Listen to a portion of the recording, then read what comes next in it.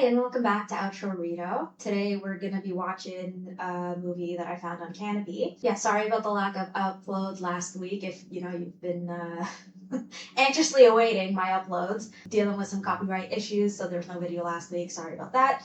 Today, we are going to be watching I Saw the TV Globe, which was a 2024 release. The description is, teenager Owen is just trying to make it through life in the suburbs when his classmate introduces him to a mysterious late-night TV show, a vision of a supernatural world beneath their own. In the pale glow of the television, Owen's view of reality begins to crack. Yeah, I saw this got a lot of good reviews, so let's see. Let's see. Okay, so this is I Saw the TV Globe 2024. Well, this lighting is interesting. Is this very early in the morning or very early in the evening? Some might call it twilight.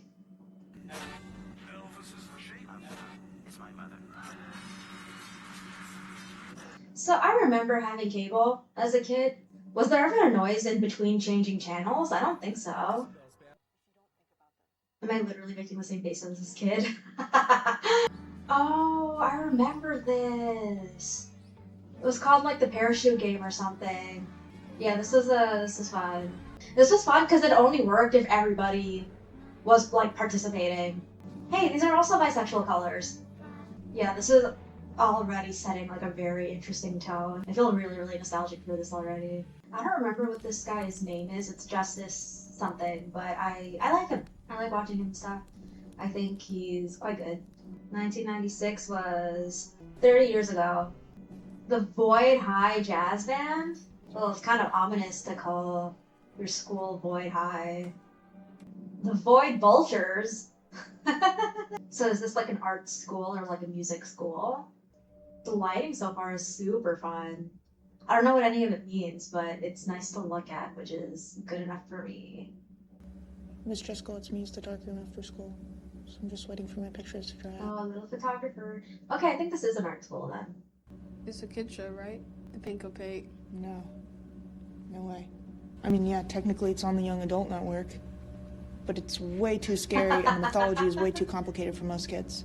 Okay, her reaction was very interesting because there's something to be said about how people react to kids' media or media for kids and try to like justify why like no, it's actually it's actually way more mature than you think. People have done that all the time. People do it with Steven Universe. People did it with the regular show, like The Amazing World of Gumball. Like these are all shows for kids and people grown-ups. Well, I mean, she's like 14 years, so it kind of doesn't apply. She's just trying to do the whole, I'm actually really mature thing.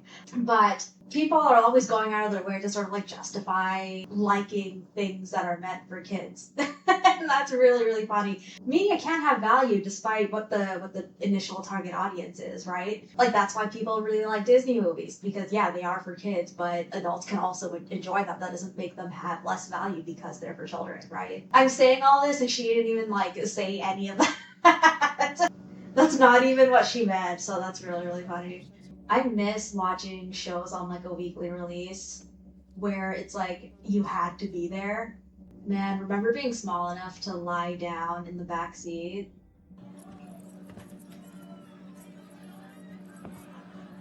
Somebody's watching a sitcom. Oh no, not a sitcom, it's more like a game show maybe. Owen wants to go have his brother and Jonathan. Well, he's old enough. Is the father narrating a scene or heard in this movie? He's waiting for her to go. Okay, she wasn't that far away. She could have clearly seen him in the rear view. So during this time, was there no communication between parents? Like, wouldn't Owen's mom have contacted the other kid's parent to make sure that everything was okay? What about Evan Dando? I mean, he's cute, but he's so tortured. I'd have to, like, save him every day. Exactly, ladies. Do not look for men to save. Yeah, this is the one thing that I miss about cable is that whenever there was like regularly scheduled programming and there was like a big episode that you needed to watch, it's like everybody made time to sit down and watch it, right? And then if you didn't watch it, you were part of the discussions at school the next day, right? Like regardless of things being released, like whole seasons being released at once or even weekly releases now, it's like you can still watch it whenever you have time to do that. Which, yeah, it's flexible, but it's like you miss out on like the communal experience of watching stuff at the same time. Why does the winter have to be so cold that you can't eat ice cream during the winter? You can eat ice cream. Who's gonna stop you? You can go out and join her if you want. No, I don't smoke cigarettes. It's not a cigarette. It's a black and mild. Oh, what? Am I not cool enough to know what that is? This is a nice parallel of the scene from the school where now Owen is sitting and this girl is standing, slouching, leaning. Same thing. Is the ice cream man in every episode? No, Monster of the week, baby. that's just a monster of the week. Mr. Melancholy is the big bad. The man in the moon. He's always messing with time and reality. He wants to rule the world, to trap Isabel and Tara in the Midnight Realm. So each week he sends a new supernatural foe their way. Because they're part of the Pink Opaque. No, because they are the Pink Opaque. Me trying to follow this conversation. So the Pink Opaque is just this show about like these two friends that are demon hunters, demon fighters. And I know it's supposed to be an allegory for this movie. So are these two about to be demon fighters or hunters? 2 years later, I'm supposed to believe that he's 14 now. I love carnivals, I love them a lot. So now it's like super early in the evening, so now it's literally twilight. How you feeling about my little health scare, buddy? Fine. So his mom had some cancer. Seems like you're always somewhere else lately. I'm not sure if it's because of me or... Not everything's about you and your cancer, Mom. I don't know. Can I stay up late to watch the Pink Opaque tonight? What time does it come on? 10:30 p.m. You know your bedtime is at 10:15. He got a 15-minute increase in 2 years. Isn't that a show for girls?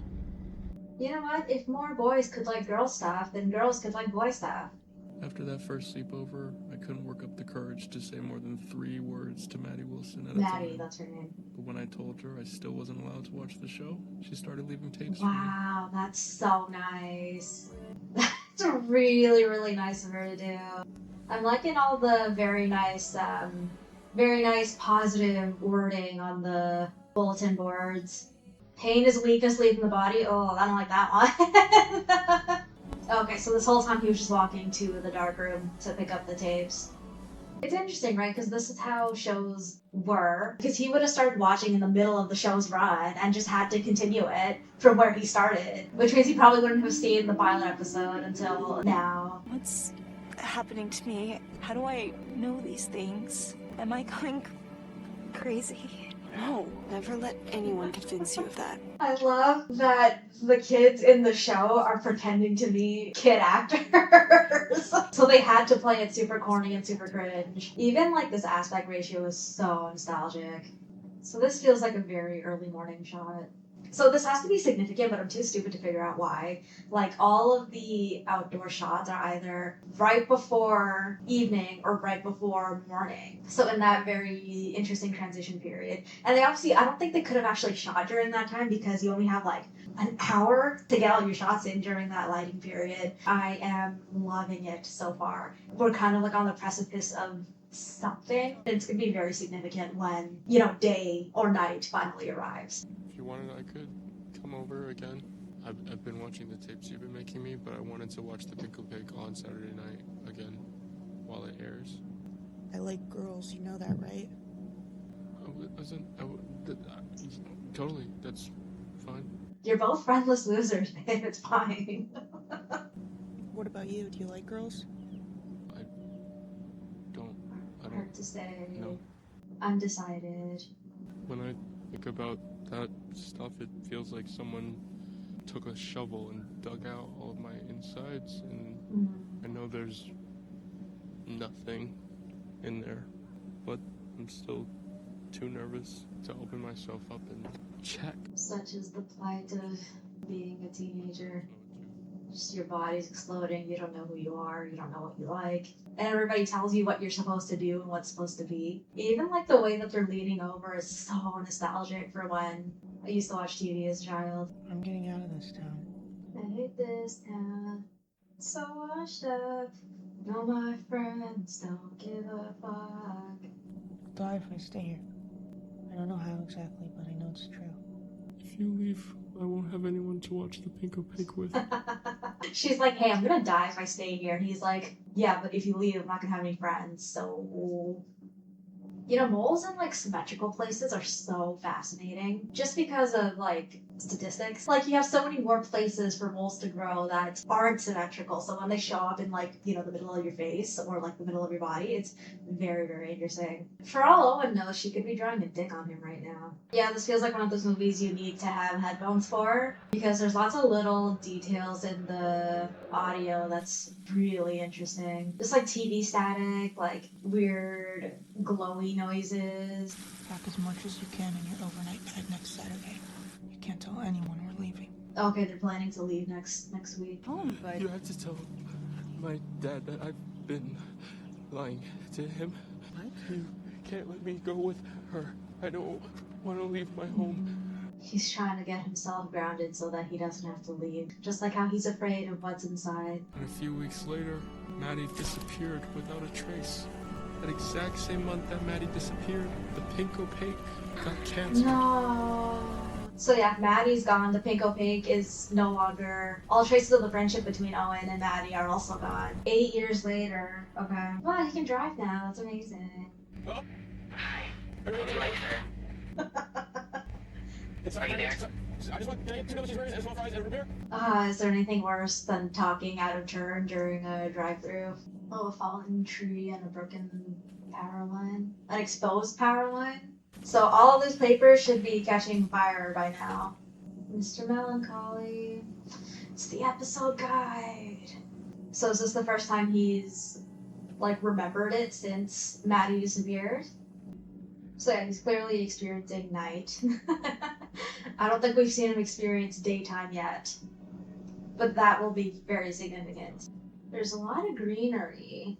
I feel like those bag dispensers are a little too high up. In all the grocery stores that I've been in my entire life, they've always been like chest level. Chest level for me, so like, I'm not very tall. Oh, fuck! Natty, babe, what are you doing here? This looks like a hostage situation. Hey, that's the name of the movie. I love her hair, little space buttons. This band's called Double Lunch. Is it a band or is that the venue? The song is good, but I'm cutting all this out anyways. Okay, Double Lunch is the venue. Do you remember a TV show we used to watch together? Yeah, that was the only thing you guys ever did. The Pinko Pig. Do you remember it as just a TV show? What the fuck is going on? Oh, Owen's trying on one of Maddie's dresses. Cute. I know this might sound crazy. Does time ever feel like it's not moving normally? Or do you ever have a hard time distinguishing between what happened in the show and what happened in real life? Like somehow the memories got jumbled around. You know what? This is actually really freaking me out a little bit, only because I was on this medication for a while to help me sleep. I had to stop taking it because it was giving me really weird dreams, but not weird as in like scary or like really emotional or like very heavy dreams. They were the most innocuous dreams possible, and the reason that was really freaky for me is because I have a really bad memory. So because these dreams were so innocuous, I couldn't figure out if things were real, like real memories, or just happened in my dream. So I had to stop taking the medication because it was jumbling my memories too much. So having said that, this is making me, it's like giving me goosebumps because I have such a bad memory. So anything that she's saying right now about having jumbled thoughts, about time not being really felt the same way all the time, it's like, oh. I've been there, inside the show, inside the Pinko Pig. Her pupils are so dilated, holy. I'm jamming, but I'm cutting all this out, so. So not only is the sound design very good, the music is quite good as well. He's digging up all his old tapes and he's gonna rewatch the final episode. Interesting though, because in the TV guide, he opened it to a page called 601. It's a desperate message from Tara. The real Tara. She's buried underground. Holy fuck! In terrible danger. In terrible danger. Oh, that was a piece of her brain. They cut out her heart? and put it in the fridge next to the lettuce. The texture effects of the moon people and like the grain on the footage is making me so itchy. Not the changing aspect ratio. Oh, the reason Owen feels empty is because they took out his heart and he's too afraid to look. So both Isabel and Tara are buried alive, with their hearts removed. So Maddie destroyed her TV so that she could, whatever, enter this television realm. And Owen's trying to get there as well, but his father stopped him. So is this an allegory for gender conformity?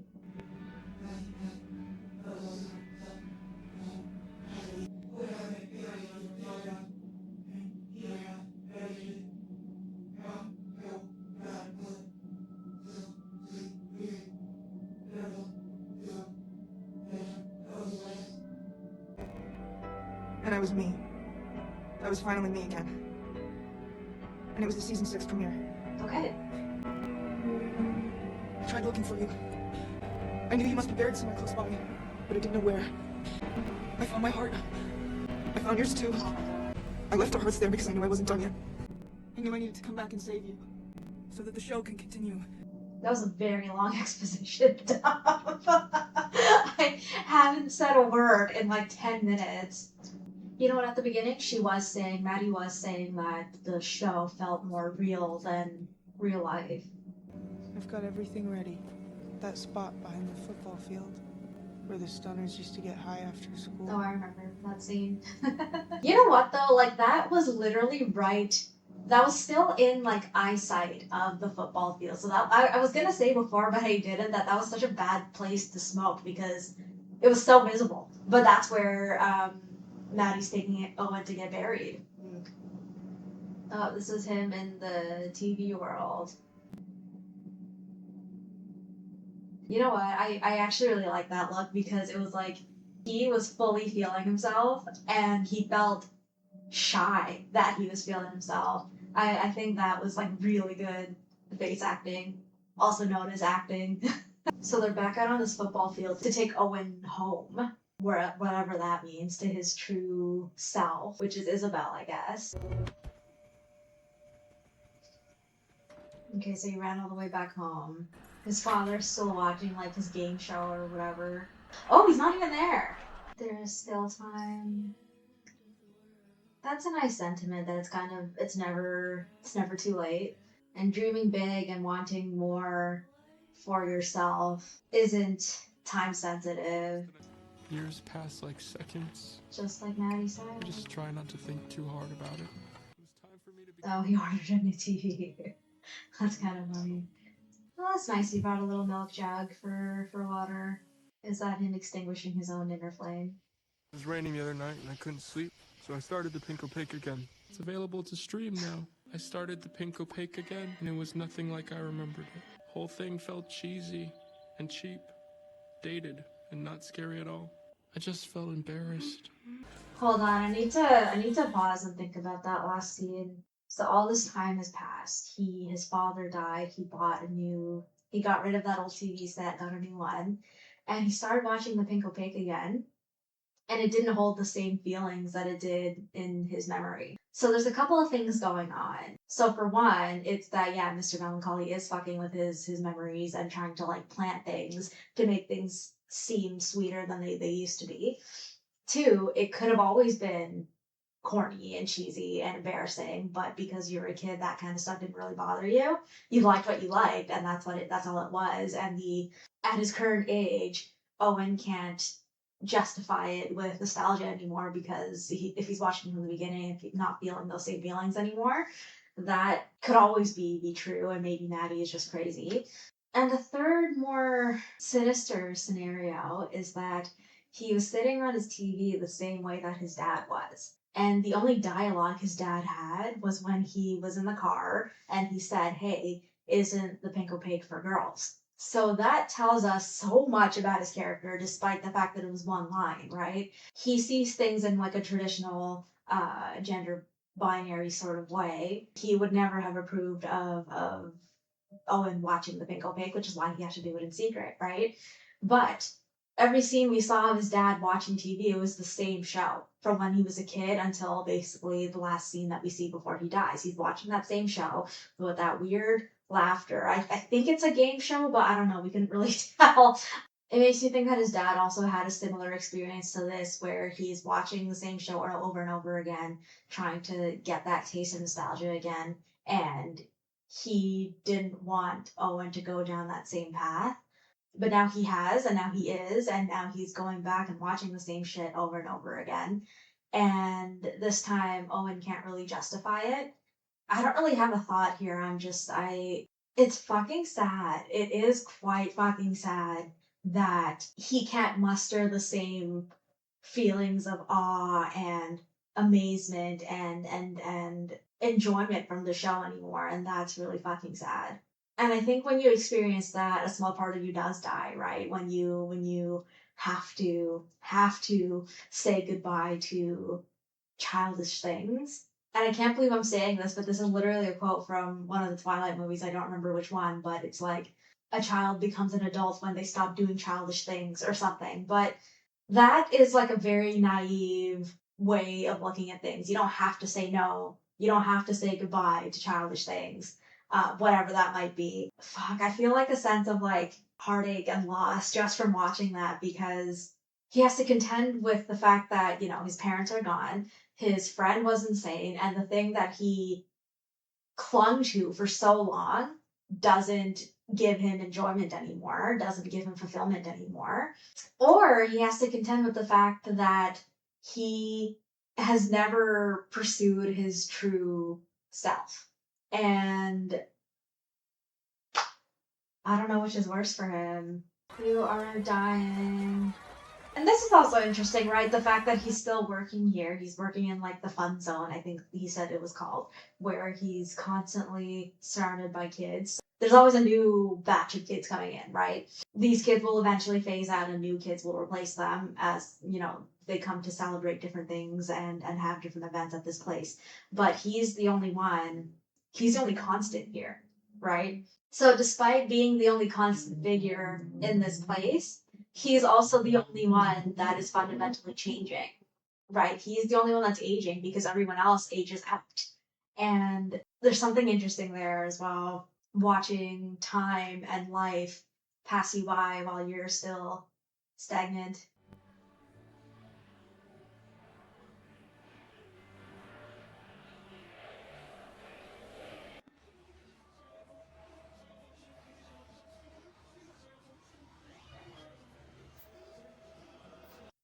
Oh my goodness. Okay.